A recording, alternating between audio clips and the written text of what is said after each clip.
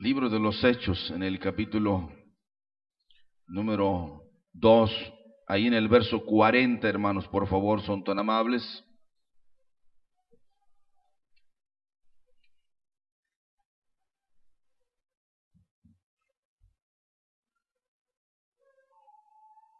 ¿Ya lo tiene?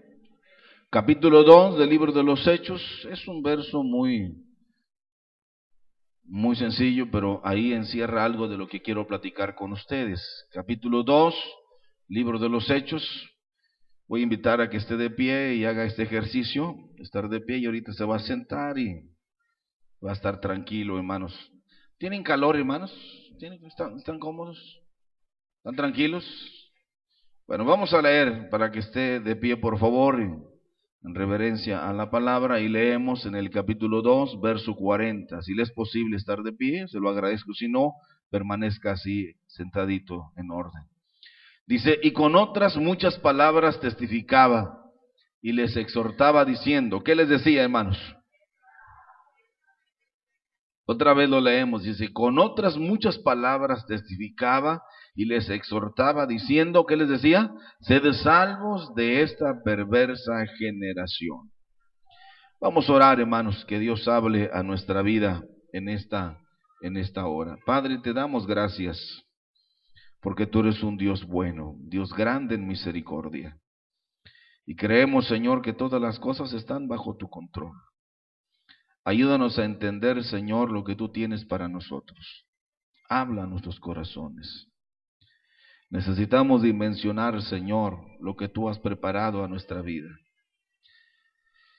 Queremos ser arrojados a un mundo de lo sobrenatural donde caminó tu iglesia, Señor. Habla a nuestras vidas. En el nombre de Jesús. Vivimos tiempos difíciles, tiempos complicados, donde solamente tú, Señor, podrás ayudarnos. Ilumina nuestras mentes, nuestros corazones, en el nombre de Jesús. Amén. Pueden sentarse, hermanos. Quiero hablarles, hermano, a la luz de esta palabra que hemos leído, hablarles de un tema que se llama, y le he titulado, el escatón de Dios para su iglesia. El escatón de Dios para su iglesia. Dígalo conmigo: el escatón de Dios para su iglesia. De eso quiero hablarles. Es lo que se desprende de esta esencia, de esta lectura del capítulo 2 del libro de los Hechos, que es uno de los libros interesantes. El escritor de este libro de los Hechos, hermano, es un tratado muy especial. Se le conoce como Lucas. Él es el escritor de uno de los evangelios que se llama San Lucas. Y Lucas es una persona muy especial en todo lo que hace, y lo decimos precisamente por los escritos que analizamos de Lucas. Y Lucas nos dejó como herencia todo este testimonial, hermano, de lo que es la esencia de la vivencia de la iglesia en sus primeros años. Algunos han dicho que el libro de los Hechos es un libro histórico, pero la verdad es que no es un libro histórico. Aunque nos cuenta algo de la historia, no es un libro histórico, no reúne todos los requisitos de lo que es un libro histórico. Le faltan muchos detalles. Pero lo que sí Lucas trata de decirnos es precisamente, hermanos, todos los problemas que se estaban presentando al interior de la iglesia, que estaba tratando de cumplir con la gran comisión que el Señor Jesucristo les había dejado, de ir por todo el mundo y predicar el evangelio. Pero Lucas, hermano, en su carácter de ser un profesional o ser un profesionista, los dos escritos que Lucas nos heredó, como es el primer tratado. Si usted va conmigo al capítulo 1 de este libro, vea usted cómo comienza. ¿Qué dice ahí en el capítulo 1, verso 1? En el primer ¿qué? Hablé acerca de las cosas que Jesús comenzó a hacer y enseñar. Ahora este libro de los Hechos, a este primer tratado se refiere al Evangelio de Lucas, donde narra todo el ministerio de Jesús. Este es el segundo tratado que Lucas escribe. Lucas era un doctor, Lucas era un hombre experto en medicina. Pero Lucas era un escritor, hermanos, muy analítico y muy crítico, que de una manera muy inteligente trató de darnos a conocer los problemas que se estaban presentando al interior de la iglesia, problemas de orden teológico y problemas de orden doctrinal. Y de una manera muy velada, Lucas, sin querer ofender a nadie de los grandes apóstoles, que eran 12 grandes apóstoles, y se les llama a los grandes apóstoles, hermanos, porque ellos vivieron con Jesús. Es interesante, ¿no? Imagínense, vivieron con Jesús, dormían con Jesús, comían con Jesús, cenaban con Jesús. Ellos vieron los milagros. Ellos no solamente los conocieron porque alguien se los contó. Ellos vieron cuando Lázaro se salió o lo sacó Jesús de la tumba después de ¿cuántos días de muerto? 4 días de muerto, que Marta le dijo, ya déjalo descansar, tiene 4 días, su cuerpo ya está descompuesto, pero Jesús le dijo, yo soy la resurrección y la vida, y el que cree en mí, aunque esté muerto, vivirá.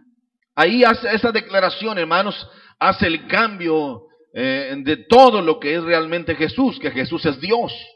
Ellos pudieran, hermanos, los 12 grandes pudieron haber dado testimonio de lo que oyeron y vieron. Si alguien puede decirles que no es posible eso que dices, no, yo no sé si es posible o no. Lo que yo te puedo decir es que yo estaba ahí cuando Jesús ordenó a Lázaro que saliera de la tumba y vimos a Lázaro cómo salió de la tumba después de 4 días de muerte.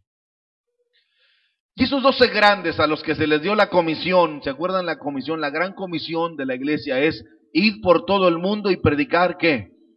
¿A quién era la predicación de este evangelio? A toda criatura. Dice, el que creyere y fuere bautizado, será salvo. Esa era la gran encomienda, esa era la gran tarea que Jesús les había dejado a esos 12 grandes. Y Lucas, hermano, en su carácter de ser uno de los seguidores de los apóstoles, porque Lucas no fue apóstol de Jesús, fue un seguidor de un apóstol llamado el apóstol Pablo. Pablo era el que estaba verificando que lo que Lucas estuviera escribiendo, y Pedro, otro gran apóstol que fue compañero de Lucas, era el que estaba verificando, dando el visto bueno que lo que Lucas escribió y estaba haciendo era apegado a la realidad. Por eso, hermanos, cuando leemos esto, Lucas comienza a denunciar veladamente los problemas teológicos que se estaban presentando. La resistencia de aquellos 12 de no salir de Jerusalén. El Señor les dijo, cuando reciban el poder de Dios, el poder del Espíritu Santo, cuando venga el Espíritu Santo, entonces me seréis, podrán salir a Jerusalén, ¿a dónde más? A Judea, a Samaria y hasta lo último de la tierra. Y Lucas, hermano, de una manera muy inteligente, comienza a denunciar la resistencia que tenían los discípulos para salir. Y cuando yo digo que Lucas, que los Hechos no es un libro histórico, es porque Lucas solamente se concentra en 2 iglesias, que es la iglesia que está en Jerusalén y la iglesia que está establecida en Antioquía. Pero para ese momento ya había iglesias en Judá, había iglesias en Capernaum, había iglesias en otros lugares donde Jesús hizo milagros. En Samaria había iglesia. Y ahí en el libro de los Hechos se mencionan la llegada de algunos profetas de Judea, de algunos otros profetas de Samaria, porque había iglesias, había congregaciones en otros lugares. Pero Lucas se concentra solamente en 2 iglesias en todo ese tratado, de una manera muy inteligente. Pero Lucas denuncia los problemas teológicos, la resistencia de no ir, porque el judaísmo se distinguió siempre por ser un problema racista. Ellos pensaban que el evangelio era exclusivo de ellos, que el Mesías era exclusivo de ellos.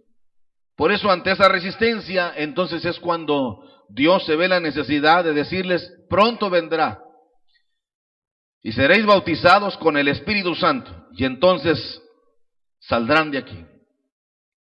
Pero vemos que a pesar de lo que narramos, de lo que se narra Lucas, hermanos, de lo que narra Lucas en el capítulo 2 del libro de los Hechos, como aquellos que estaban asentados ahí en Jerusalén, en la gran fiesta del Pentecostés, que ya les he dicho que la fiesta del Pentecostés era una fiesta de ofrendas, que los judíos cuando iban a esa fiesta iban a ofrendar de gratitud, Otros iban a ofrendar de sacrificio, esperando una petición contestada de parte de Dios. Pero todos llevaban ofrendas, que era precisamente, hermanos, lo que significa que cuando venimos a la casa de Dios, debemos venir con una disposición de ofrendar a Dios nuestra adoración, de ofrendar a Dios nuestra alabanza, a veces con el corazón partido, cuando sufrimos la ausencia de alguien que amamos. Pero aquí estamos, Señor, diciéndote gracias, gracias, de todas maneras, gracias porque tú has sido bueno con nosotros. O aún a pesar, amados, cuando las cosas no salen bien durante toda la semana, problemas matrimoniales, problemas familiares, problemas laborales, pero aquí estamos diciéndole al Señor, gracias Señor, gracias Cristo, te adoramos, te bendecimos. Cuando venimos con un corazón así, para expresarle nuestra adoración. Y cuando uno analiza esto, hermanos, de que esa es la fiesta del Pentecostés, que la iglesia del principio no podía caminar, hermanos, fuera de esa nube del Pentecostés, porque fuera de esa nube, algunos que escriben sobre lo que hay en los espacios que no vemos nosotros, porque son sobrenaturales, donde están todas las fuerzas satánicas que están entre el tercer cielo y el segundo cielo. Ahí operan las fuerzas satánicas, hermanos, de las dimensiones de Satanás, gobernadores, principados. Por eso esa fuerza que está sobre la tierra, sobre la humanidad, solamente hay uno que lo venció, hermanos. Alguien que venció al diablo, y ese se llama Jesucristo, el Hijo de Dios. Aquel que murió en la cruz del Calvario y derramó su sangre por nosotros y le dio su vida por amor a nosotros. Y Pablo dice que en él nosotros somos más que vencedores. A él sea la honra y la gloria, hermanos. ¿Cuántos alaban el nombre de Jesús? Todo eso, hermanos, es una denuncia de lo que Satanás había operado por 4000 años. Todo lo que el diablo había operado, ahora se ha frenado. Dios dijo, estableceré mi iglesia. Y esa iglesia era la solución, es la esperanza para esta humanidad. Compartí el miércoles con los hermanitos que vinieron. Ese día me tocó estar en la inauguración de lo que es la cuestión del salón ese de historia, el archivo histórico del estado de Tamaulipas. Fui invitado con algunos pastores y saludamos al gobernador Eugenio. Y le decíamos, estamos orando, y él decía, ustedes son la única solución para todo esto que estamos viviendo. Créanlo, pastores, ustedes son la única solución. He asistido a muchos eventos donde él ha estado y es un joven muy trabajador y todo lo demás usted ya lo conoce, pero nunca lo había visto tan asustado. Ahora anda vigilante, se cuida de todo, no sé de qué, pero algo ocurre. Pero él desesperadamente me decía así, ustedes tienen la solución, ustedes son la única solución. Y a veces no alcanzamos a dimensionar. Ellos, hermanos, están con las manos atrás. El gobierno federal nada puede hacer, no es con dinero, créalo. El gobierno federal clama, gime, la única solución es la iglesia. Por eso el Señor dijo, estableceré mi iglesia y las puertas del infierno no prevalecerán contra ella. Esos que matan no matan por matar, ellos sirven a la muerte, ellos sirven a la santísima muerte. Su religión es la muerte y la sirven con pasión. El problema de nosotros es que no servimos a Dios con pasión. Somos muy relajados en nuestra forma de servir a Dios, aunque sabemos que Dios es la única solución. No hemos decidido, no hemos alcanzado a dimensionar que nosotros somos la única alternativa de solución a los problemas que enfrenta esta sociedad. Y no lo decimos nosotros, nos lo dice la gente de afuera. Gente que sabe que los problemas vienen mayores. Hermanos, si la iglesia se humilla y la iglesia clama en un solo sentido, hermanos, haremos que todo esto se detenga y Dios tendrá misericordia de nosotros porque Dios escucha la oración de la iglesia. Por eso nos habla en este pasaje y les exhortaba diciendo, sed salvos de esta perversa generación. Hermano, el mundo nada bueno te ofrece, joven. Nada, nuestras casas se convierten en cárceles. Y estamos sentenciados por los que no tienen autoridad, pero los hemos dado el espacio, porque no nos hemos tomado el privilegio de tomar la autoridad sobre ellos. Pero sobre nosotros cayó todo este privilegio, toda esta tarea que Dios nos ha dado. Y en este escrito, hermanos, del libro de los Hechos, El apóstol Lucas trata de poner en orden algunas cosas interesantes. Lucas es un profesionista, es un investigador nato y muy profesional. Lucas da el reconocimiento de sus consultas en el verso 2 a los que enseñaron, a los que vieron, a los principales en el Evangelio de Lucas, que dice en el Evangelio de Lucas, dice a los que desde el principio lo vieron con sus ojos y les fueron ministrados a través de la palabra. Pero después en el libro de los Hechos, hermano, no puede ser considerado, hermanos, más que lo que se le llama el género literario del suspenso, se le conoce. Hay tres cosas que se manifiestan ahí: el de la espera, los que esperan la promesa del Padre, y otras cosas más que se van presentando en este escrito del libro de los Hechos. Hay un suspenso escatológico, 10 días de espera, para que fueran restaurados esos tiempos. Hay un tiempo de espera. Se esperan milagros, hermano. Miren, yo les dije la vez pasada, hermano, que los milagros son una evidencia del carácter de Dios. Los milagros son una evidencia del carácter de Dios. Diga conmigo, los milagros son una evidencia del carácter de Dios. ¿Cuántos saben conmigo que Dios es bueno, hermano? A veces lo decimos, pero no alcanzamos a dimensionarlo, porque a veces, ¿sabe por qué decimos que Dios es bueno? Porque a veces sin merecerlo, Dios de todas maneras nos bendice. Sin merecerlo. Como hijos rebeldes nos hemos portado mal, mas sin embargo, Dios de todas maneras nos abraza con su amor y nos dice: hombre, yo ni cuenta me he dado, hombre, olvídalo. Señor, aquí estás otra vez, bienvenido, como el hijo pródigo, bienvenido. Ese es precisamente cuando decimos que Dios es bueno. Los milagros reflejan el poder de Dios. ¿Cuántos creen que para Dios todo es posible, hermanos? ¿Cuántos han venido enfermitos, hermano, el día de hoy? A ver, ¿cuántos enfermitos vienen aquí? Bien, levanten su mano. Mira, aquí está la hermana Guille, qué bueno.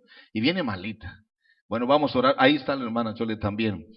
Aquí está mi hermana también, que está en un proceso de estudio para ser operada. Pero yo creo que el Señor va a hacer cosas maravillosas. Aquí está mi hermana también. ¿Cuántos creen que el Señor puede hacer milagros en esta? Dios lo va a hacer, hermano. Porque, hermano, los milagros son una evidencia del carácter de Dios. Reflejan su poder, reflejan su misericordia, reflejan su compasión, reflejan su justicia y reflejan su autoridad. ¿Amén o no amén, hermanitos? Eso es lo que reflejan, hermano, los milagros del Señor. Y cuando nosotros caminamos en estos, nos damos cuenta que para nuestro Dios todo es posible. Y Lucas trata de denunciar todas estas cosas, amados hermanos, de personas que a veces no logran dimensionar lo que realmente somos como iglesia. Ahora, nuestra determinación, hermano, nos va a arrojar al mundo de los milagros increíbles. Es nuestra determinación. Vivimos en una perversa generación. Diga conmigo, yo vivo en una perversa generación. Hermanos, los tiempos están terribles. De veras, hermano. Los hospitales están llenos. Todas las cárceles están llenas. Por eso se les están escapando, porque están llenas, están sobresaturadas. Ya no caben. ¿Quién va a vivir en esa cárcel tan incómoda, hermano? Les falta aire acondicionado. Vivimos tiempos peligrosos. Pero nuestra determinación nos arroja al mundo de los milagros. ¿Qué milagros esperamos? Hay milagros creativos. Los milagros creativos es que Dios crea órganos nuevos. Yo estoy orando por el hermano Lidio. ¿Dónde estás? Allá está. Tu papá está enfermo, hijo, ¿verdad? Hermano Lidio. Ese hombre trabajó mucho con nosotros aquí. Lidio. Algunos todavía me preguntan por tu papá. Bien trabajador. Pero el viejo tiene un problema en el hígado. Tiene un tumor en el hígado. Cuando eso me dijeron, y él me lo platicó, le dan 6 meses de vida. Eso es lo más cruel, hermano. Pero que el Señor reprenda al diablo, amén. Amén o no amén, hermanos. No se me duerman, hermanos. Estamos aquí. Les prometo terminar temprano. Yo tengo que estar en Tampico más tarde. Pero hay milagros creativos. Estuve hace unos días con él. Le dan 6 meses de vida. Pero hay milagros creativos, órganos internos nuevos. Yo ando bien emocionado, yo ando en otra dimensión, hermanos, porque esta mañana me desperté en un sueño de Dios. Me desperté en un sueño de Dios. Dios me habló a través de un sueño. Esta mañana Dios vino a visitarme a mi casa. Estoy tan emocionado. Mi esposa dice, ¿qué soñaste? No te lo puedo decir, pero lo soñé, lo veo, aquí estoy. Vi el carácter de Dios ahí reflejado esta mañana, hermano, créalo. Es increíble lo que Dios hace. ¿Sabe qué me hizo sentir Dios en todo lo que... No les voy a decir lo que soñé porque no se los puedo decir. No porque no estén preparados, no tengo palabras de cómo explicarles lo que yo vi. Pero lo que yo pude percibir que Dios quiso enseñarme, que la sencillez es donde Dios habita. Que Dios no necesita expresiones teológicas ni dimensiones desconocidas para que Él habita en lo más sencillo, en la alabanza, en la sencillez del corazón de mi gente, en la humildad del corazón, no en la soberbia. La soberbia, hermanos, eso no habita Dios. Dice la Biblia que los soberbios a Dios los ve de lejos, porque los soberbios a Dios le dan asco. Pero cuando nos humillamos ante Él, dijo, la sencillez es lo que más me agrada. El corazón sencillo, humilde. No importa, yo entraba en una casa, hermano, que la puedo ver. Entré a esa casa esta mañana y Dios me dijo, esta es mi casa. Esta es tu casa. El techo parecía tan sensible que se podía caer una gota de agua, podía destruirla. Digo, podrán caer millones de gotas de agua si no se caerá el techo, porque la sencillez es lo que mantiene la vida conmigo, hijo. El piso era un piso de madera increíble, en una habitación donde todas las cosas estaban en su lugar y en orden. Y algo que me dijo Dios, eso es lo que me gusta a mí, el orden, la sencillez, pero todo en su lugar, hijo. Qué lindo es Dios.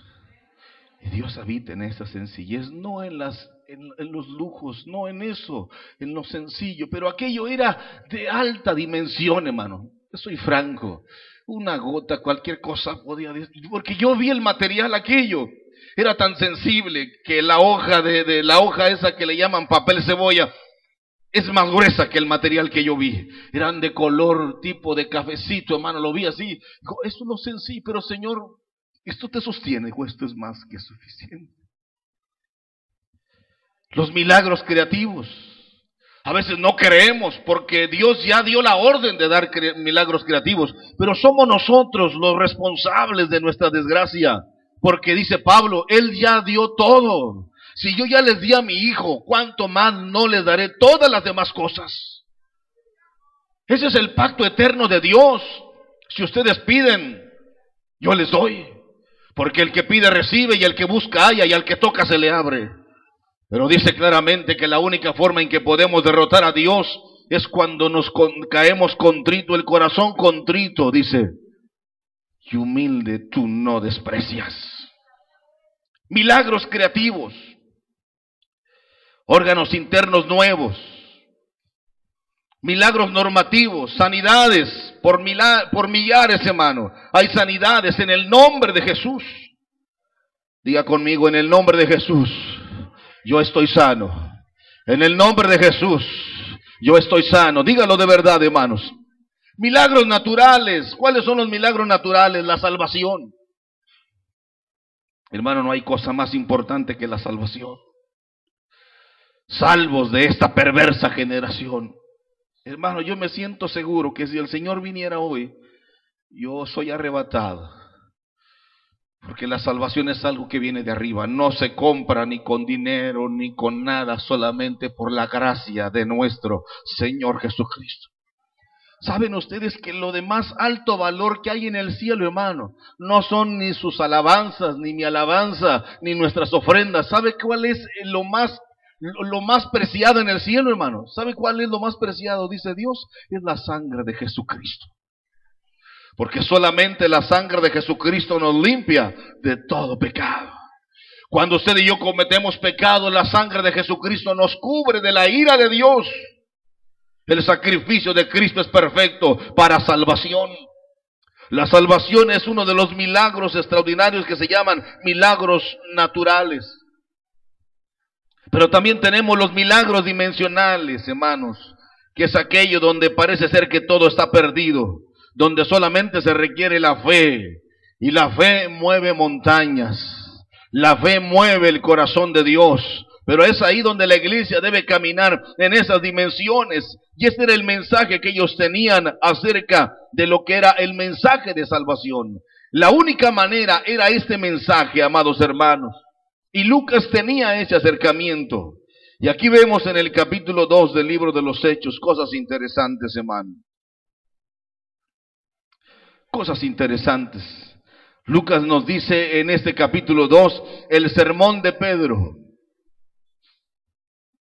El sermón de Pedro. ¿Cómo lo describe Lucas, hermano? ¿Cómo lo describe Lucas?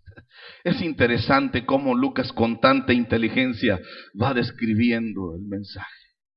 ¿Sabe por qué, hermano? Lea conmigo, por favor, ahí el verso 13. Léalo conmigo. ¿Qué dice ahí el verso 13? Capítulo 2, verso 13. Mas otros, ¿qué?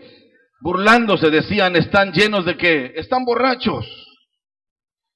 Están llenos de mosto, están borrachos. ¿Qué estaban haciéndose? ¿Se estaban burlando de ellos, sí o no? Hermano, la gente se va a burlar de nosotros, hermano. La gente se va a reír de nosotros, pero el gozo del Señor es nuestra fortaleza. ¿Cuántos han sido salvos ya, hermanitos? Pablo dice, yo no me avergüenzo del Evangelio, porque es poder de Dios.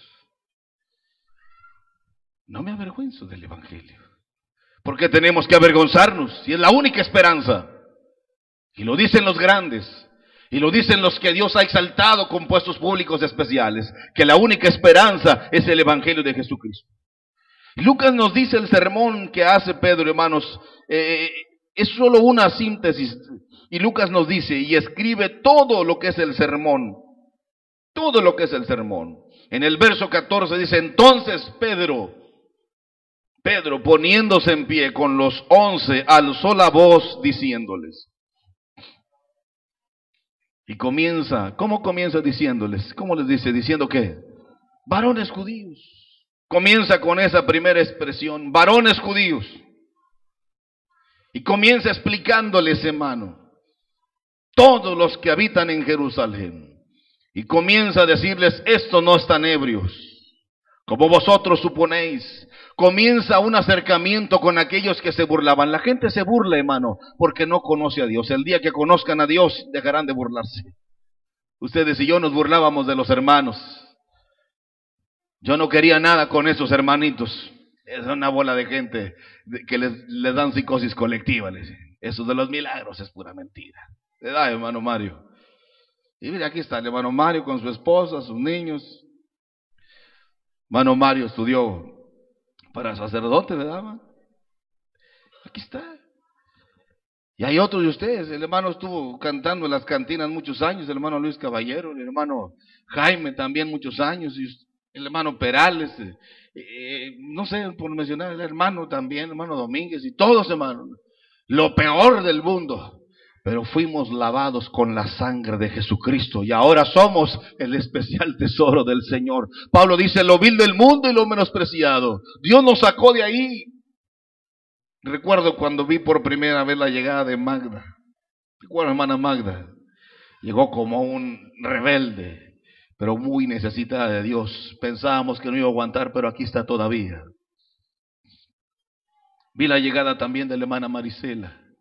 Y la llegada de algunos de ustedes, hermano, de los problemas, de las angustias. Pero hay el acercamiento. Cuando conocimos la verdad del Evangelio, nos dimos cuenta que no hay cosa más linda que servir a Dios. Bienaventurados los que confían en Jehová. El acercamiento que Lucas está haciendo, primero les habla varones judíos, o sea, todos, para todos ustedes que se creen elegidos de Dios. Para ustedes es esto.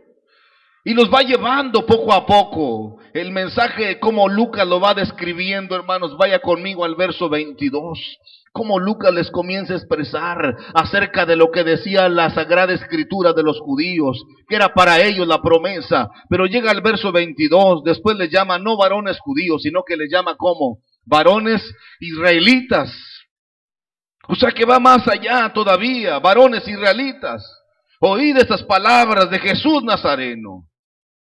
Lucas va describiendo el mensaje de Pedro, va de lo que es de lo general a lo particular. Va de aquello diciéndoles varones judíos. Ahora sí, varones israelitas, para todos ustedes. Y comienza a explicarles cómo se los entregó anticipadamente el consejo de parte de Dios. Sin embargo, Dios, y comienza a explicarles lo que dice David acerca de Jesús Nazareno. Pero vamos hasta el verso 29. ¿Qué dice el verso 29? ¿Cómo comienza diciendo el verso 29? Varones hermanos, ya no son varones judíos, ya no son varones israelitas, sino que les llama varones hermanos. Somos hermanos, somos de un solo linaje. Las razas nos han dividido, pero somos una sola cosa. Tenemos un solo creador que se llama Jehová de los ejércitos. Todos somos hermanos porque Dios es nuestro Padre celestial. Va de esa generalidad a lo particular. Ya hay un acercamiento. Y comienza a explicarles. Usted se lo puede leer en su casa de tarea. Y habla, hermanos, de todo ese mensaje centrado. Y luego después en el verso 36, hermano, ¿cómo termina diciendo ahí después del verso 36? Sepa pues ciertísimamente, hermanos, dice, toda la casa de Israel. Ahí va, hermanos, que Dios desea bendecir, hermanos. ¿Sabe a quién? A todas las familias.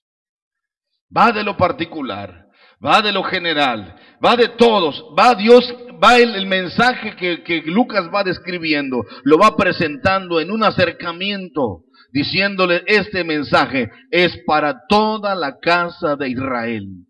Esto nos habla, hermanitos, por favor, que la bendición de Dios es para todos, que Dios no hace acepción de personas, que la bendición de Dios está disponible para todos. El problema de muchos, hermanos, que solamente están haciendo simulacros en la vida cristiana. Simulacros solamente, hermanos, en la vida cristiana. Por eso ya nadie les cree. Pero cuando hagamos la vida real y original de parte de Dios en una relación, nuestra vida va a cambiar. Cuando comienzan a ver el cambio en nuestra vida, cuando comienzan a ver cómo el Señor transformó nuestra vida. Ahora, ¿cuál es el mensaje que Lucas estaba presentando? Si usted lo va viendo, comienza en el capítulo 2 con el derramamiento del Espíritu Santo. Y recibiréis poder cuando haya venido sobre vosotros el Espíritu Santo. Vea usted conmigo en el capítulo 2 del libro de los Hechos. Dice, ¿y cuando llegó qué, hermanitos? Cuando llegó el día del Pentecostés. Diga conmigo, este es el día que hizo Jehová. Nos gozaremos y nos alegraremos en él. Cuando llegó el día, hermanos, este puede ser el día suyo, hermanito. Quizá ha vivido toda su vida ajeno a Dios. Hay mucha gente que no le interesan las cosas de Dios, hermano. Hay gente que no le interesan las cosas de Dios. Pero cuando llegó el día, pero cuando se nos llega el día, hermano, el día en que el Señor se acercó a nosotros. Qué interesante ese día, inolvidable. Estaban todos unánimes juntos, dice. Verso 2 que dice, y de repente, ¿vino de dónde, hermanos? Hermanitos, de repente las cosas van a cambiar en nuestra vida. Quizá durante años usted ha estado en una situación de problemas, de angustia, sin sabores, pero de repente las cosas van a cambiar. De repente. Cuando Dios llega a nuestra vida, las cosas cambian de repente, cambian así, mire, de manera milagrosa, de manera extraordinaria, de repente. Ese día viene la gloria de Dios sobre nosotros. Pero ¿de dónde vino? Dice ahí. ¿Vino de dónde? Esto nos habla que viene de Dios, hermanos. Que viene de Dios. Y cuando esto viene de Dios, no hay quien lo detenga. ¿Cómo vino? Dice, vino como un estruendo de un viento recio, el cual llenó toda la casa donde estaban sentados. Se les aparecieron lenguas repartidas como de fuego, asentándose sobre cada uno de ellos. ¿De qué nos habla esto? De que la bendición de Dios es personal. Es personal. Que la bendición de Dios es personal. De esa manera comienza Lucas a describir el mensaje. Que de esa manera comienza, amados hermanos, con el derramamiento del Espíritu Santo. Comienza a describir. En el verso 4, ¿qué es lo que nos dice? Y fueron todos llenos del Espíritu Santo. ¿Y qué más dice ahí? ¿Y comenzaron a qué? Comenzaron a hablar según el Espíritu les daba que hablasen. Ahí comienza, esa fue la introducción. Esa fue la introducción de Lucas en esta reflexión de la palabra. Y si usted lee más adelante, hermanos, Lucas hace un detallamiento fuerte en cuanto a lo que es la presentación del mensaje. Hace una introducción acerca del derramamiento. Después, en los versículos siguientes, nos habla de lo que es el ministerio de Jesús. Más adelante nos habla de lo que es la muerte o crucifixión de Jesús. Cristo murió por nuestros pecados. ¿Cuántos dicen amén?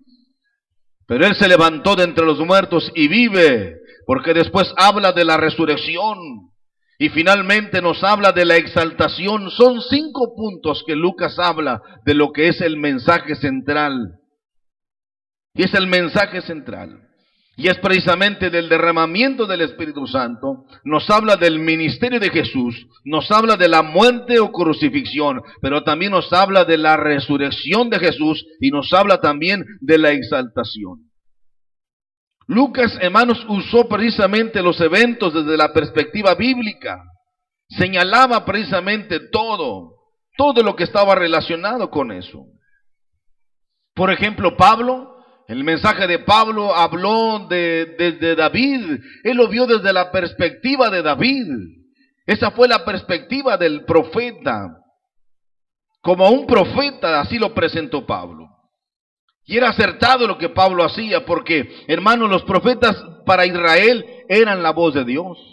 Los profetas para Israel eran el dedo de Dios. Hombres que cuando aparecían decían, vive Jehová, en cuya presencia estoy. Hombres que cuando aparecían, hermanos, hacían cimbrar los reinos. Hombres, hermanos, a los que lo que más les importaba era la expresión de la palabra viva, una palabra que trajera solución a los problemas de aquellos hombres en aquellos momentos. Que todo lo que ocurre, hermanos, en nuestra vida esté escrita en la palabra. Si usted analiza bien el pasaje del libro, capítulo 2 del libro de los Hechos, usted va a encontrar que Lucas siempre lo ve desde la perspectiva, escrito está. Así se escribió. Esto que está sucediendo del derramamiento del Espíritu Santo, lo escribió el profeta Joel. No hay nada nuevo, todo está señalado, está dicho por los profetas. Esto de la resurrección de Cristo está señalado también en la Escritura. Esto de la muerte del Mesías está señalado en la Escritura. Hermanos, que el mensaje nuestro no se salga de la Escritura. Que el mensaje nuestro sea para exaltar el nombre de nuestro Señor Jesucristo. Por eso el mensaje de Pedro presenta el escatón de Dios para la iglesia. Hermanos, hay un escatón de Dios para Israel y hay un escatón de Dios para la iglesia. Hay un escatón de Dios para Israel y hay un escatón de Dios para el mundo. Comenzaron con aquellos 120 y comienza el crecimiento. El escatón de Dios es la presencia permanente de Dios cumpliendo su palabra en nuestras vidas. Por eso dice, para estos días finales derramaré de mi espíritu sobre toda carne. La experiencia del Espíritu Santo es algo real, hermanos. La única solución de crecimientos, hermanitos, la única solución, porque es el Espíritu Santo el que viene a redarguir nuestras mentes, nuestros corazones, es el que nos viene a convencer. El escatón de Dios para la iglesia, en aquel entonces, para la iglesia es el Espíritu Santo, hermanos. Si Él está con nosotros, la iglesia camina bien, porque dice la Biblia que Él nos guiará a toda verdad y a toda justicia. El escatón de Dios para Israel era la voz de los profetas. Era la voz de aquellos hombres que hablaban en el nombre de Dios. Ahora, ¿cuáles son las señales, hermano, de ese escatón de Dios para la iglesia? Es lo que hablábamos hace un momento. Prodigios, señales, milagros. Las señales activas del Cristo resucitado. Cristo tiene poder. Si no está el escatón de Dios con nosotros, hermano, entonces somos simplemente una organización social más. Si Él no hace milagros, si no hay sanidades, si no hay cambios reales en nuestra vida, esto es un jueguito más, hermano. Pero nuestro Dios es un Dios real.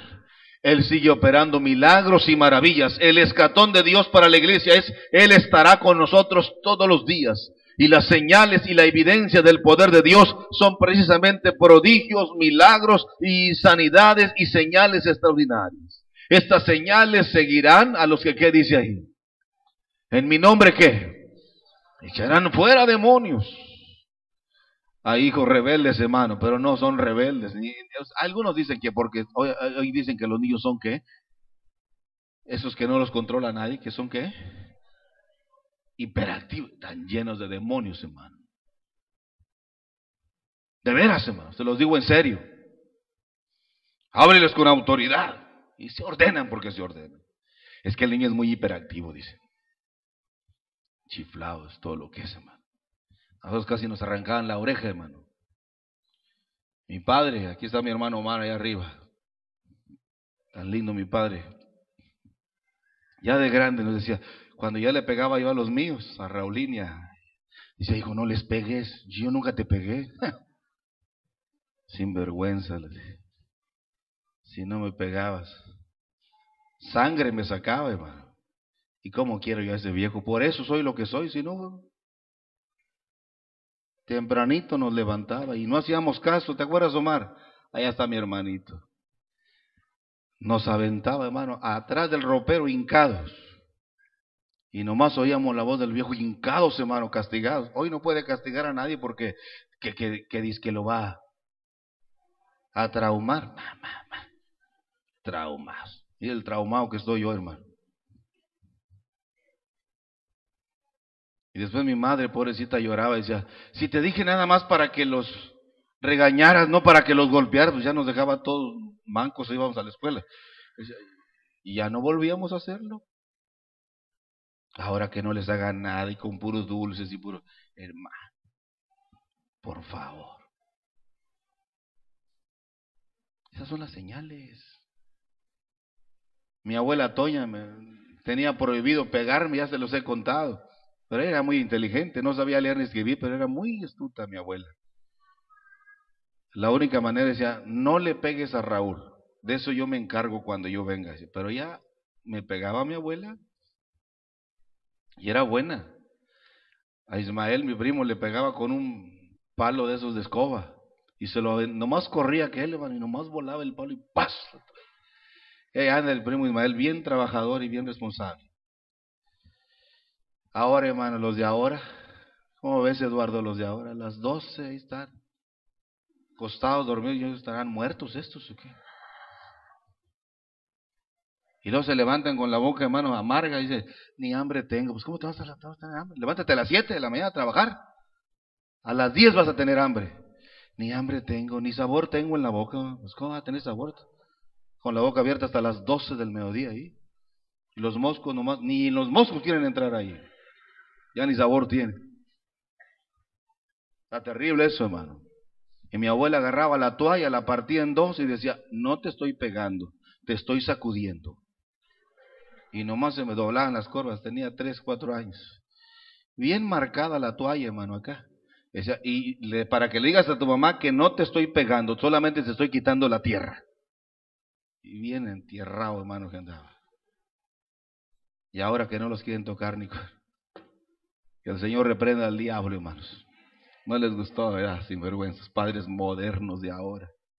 Y los abuelos también consentidores de ahora. Hoy vengo bravo, hoy hermano, hoy vengo, ¿verdad? Mejor así le paramos ya, hermano. Pero el escatón de Dios para la iglesia son prodigios y milagros. ¿Cuántos creen en los milagros todavía?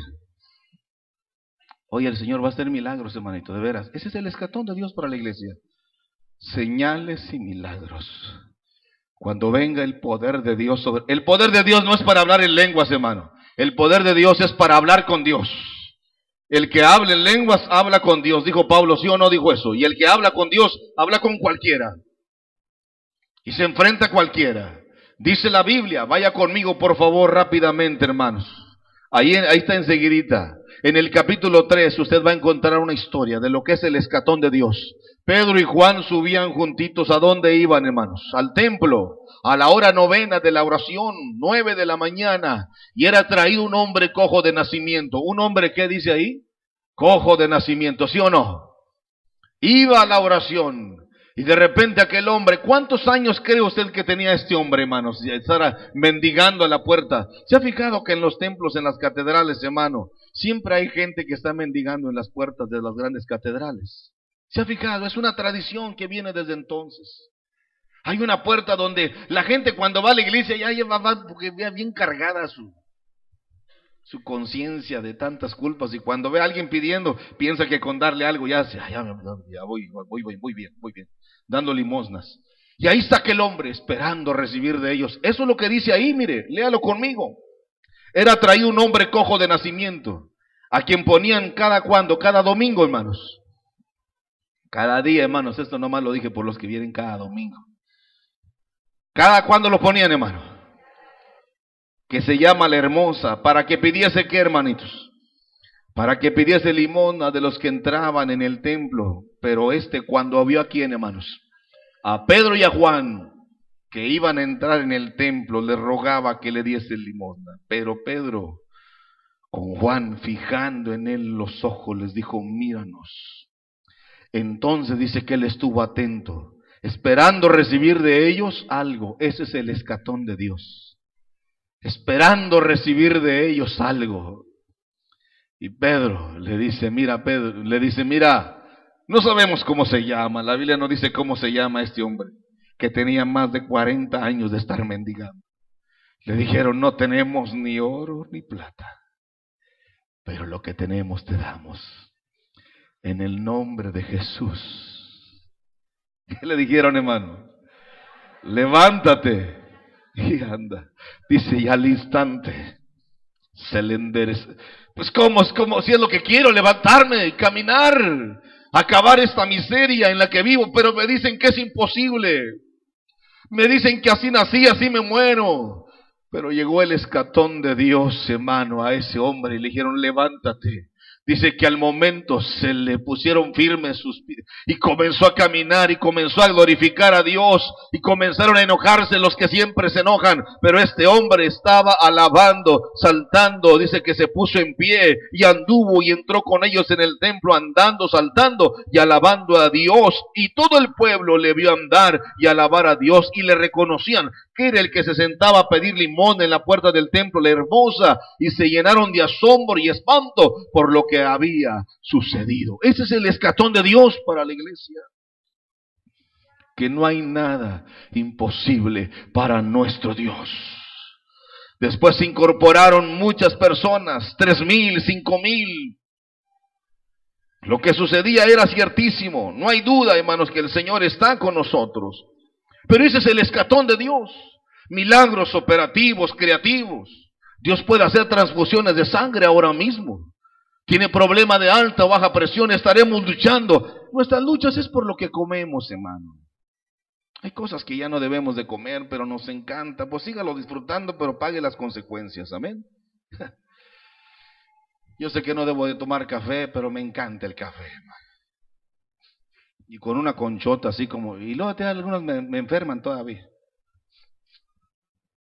Se gozan, y la hermana Marisela me regaló una conchota así. ¿Verdad?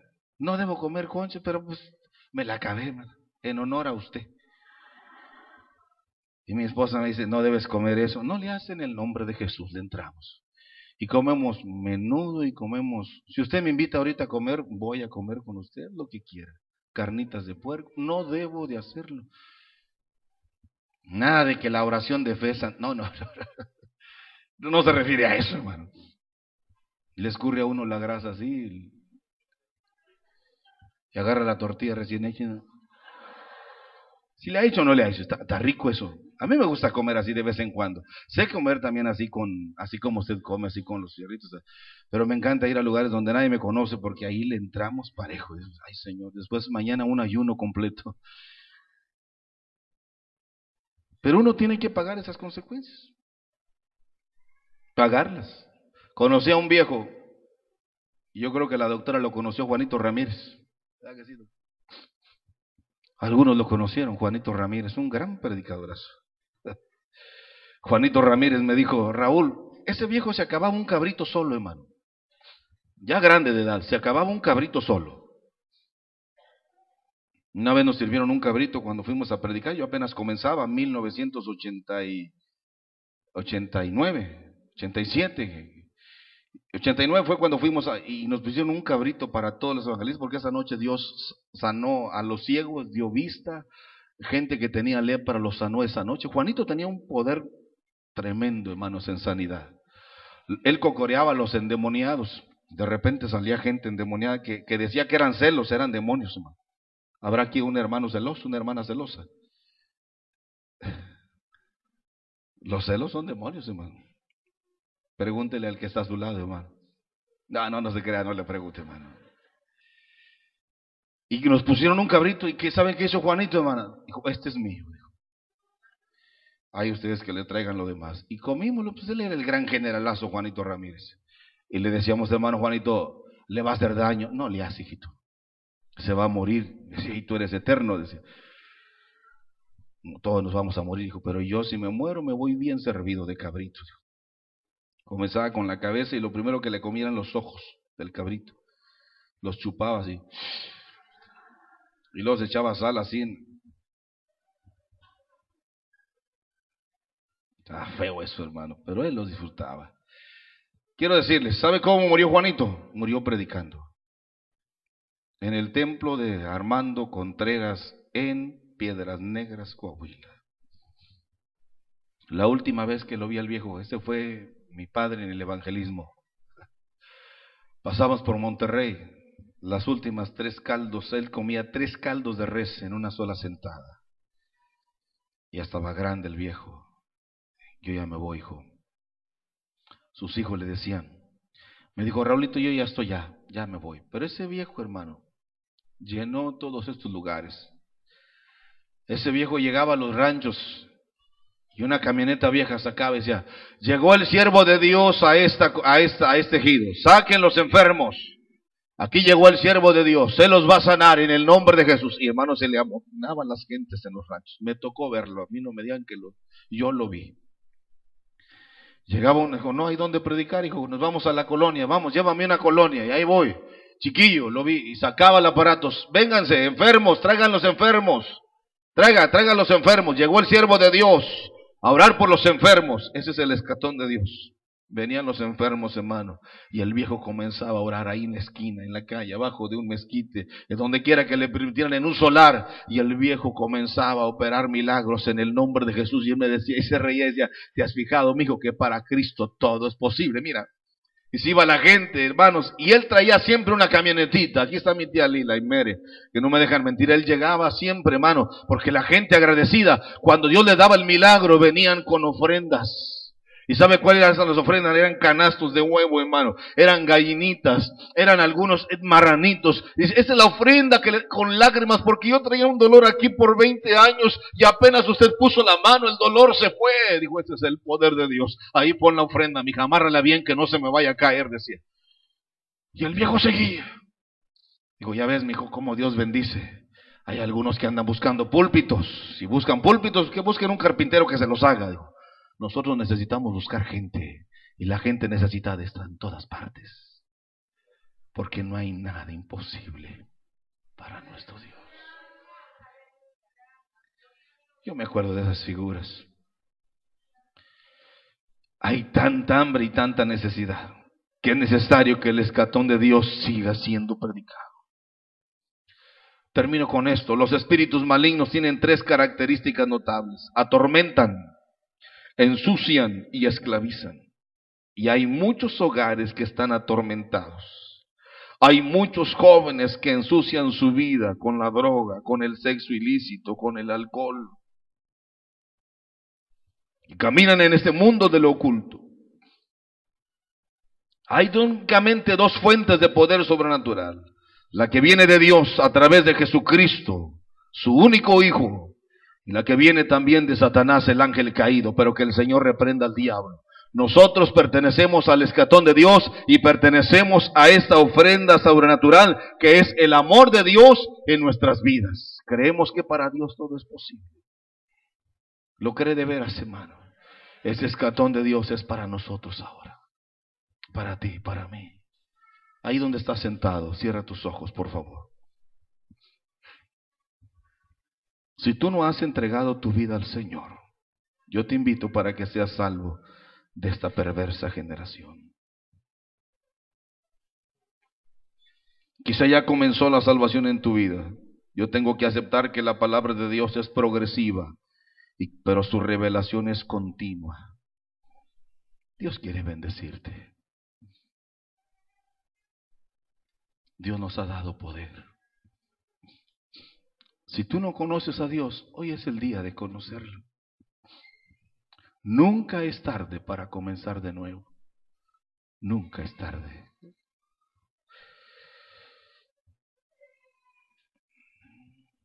Nunca es tarde. El escatón de Dios para su iglesia son los milagros, las sanidades. Ese es el escatón. Estas señales seguirán a los que crean. El escatón de Dios para Israel eran los profetas. Si el hombre hablaba y sucedía lo que decía, era profeta, era de Dios.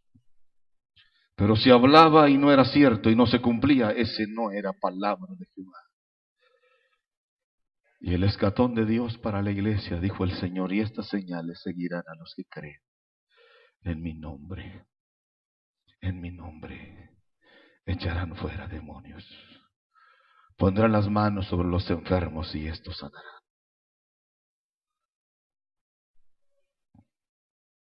No hay nada imposible para nuestro Dios. Nada.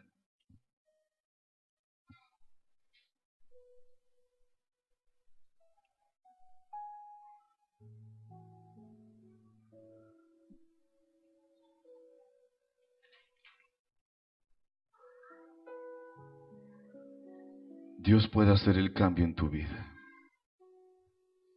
Hay cosas que atormentan tu vida, hermano. Hay cosas que ensucian tu vida, que te esclavizan. Hoy puedes ser libre. Libre para siempre. Si tú me dices, pastor, es que yo no puedo. Tú no puedes, yo lo entiendo, pero Dios sí puede. Sed salvo de esta perversa generación.